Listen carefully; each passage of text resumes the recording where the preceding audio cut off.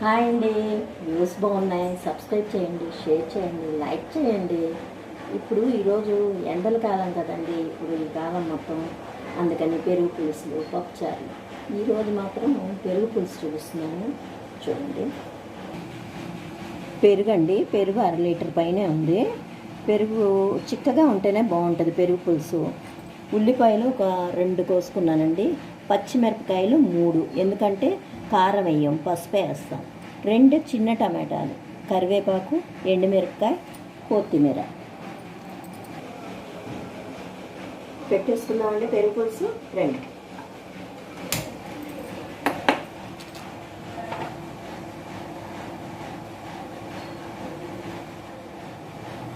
అదిగోనండి, నూనె పోసుకోండి. చక్కగా నూనె పోసుకున్నాక పోపు వేసేసుకుందాం. అదిగోనండి, నూనె మరిగిపోయింది. ఆవాలు వేసేసుకోండి, చక్కగా జీలకర్ర వేసేసుకోండి. మామూలేనండి, అన్నిట్లో వేసేది. పట్లాడిపోతుంది. ఎండుమిరపకాయలు, కరివేపాకు వేసేసుకోండి.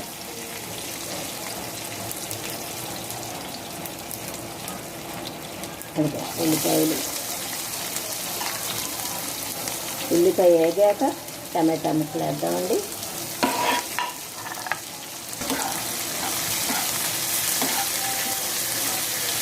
చక్కగా దోరగా వేయించుకోండి. మరీ ఎక్కువ వేయించుకోనక్కర్లేదు.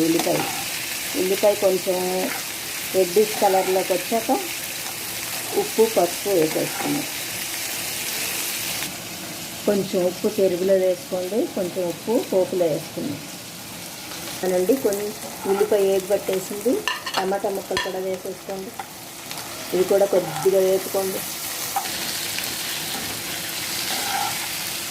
అదిగోనండి, నిదానంగా సిమ్లో పెట్టుకుని వేయించుకోండి. కంగారు ఏం లేదు, చిటికలో అయిపోతుంది పెరుగు పులుసు. చక్కగా పిల్లలకి, పెద్దవాళ్ళు వేడి అన్నంలో పోసుకు తింటే ఎంత కమ్మగా ఉంటుందంటే వదిలిపెట్టరు. పెరుగులో సాల్ట్ వేసాం కదండి, కొంచెం దీంట్లో కూడా సాల్ట్ వేసుకుని వేగనివ్వండి. మెయిన్ ఇంగ్రీడియంట్ అండి ఇంగు అండి. ఇంగు వేసుకుంటేనే కమ్మదనం వస్తుంది ఆ పెరుగు పులుసుకి. ఆ టేస్టే వేరేగా ఉంటుంది. వేసేసాం కదండి, చక్కగా పసుపు వేసేసుకోండి. కొంచెం ఎక్కువగా వేసేసుకోండి. తీసుకుని పోపు దాంట్లో వేసేస్తున్నాయి, అయిపోతుంది. ఇదిగోనండి, కొత్తిమీర వేసేసాను అండి. పొయ్యి కట్టేసాను. ఈ పెరుగు పులుసుని పెరుగుని దాంట్లో అయిపోయిందండి. చూడండి ఎంత కలర్ఫుల్గా టేస్టీగా ఉంటుంది అన్నమాట.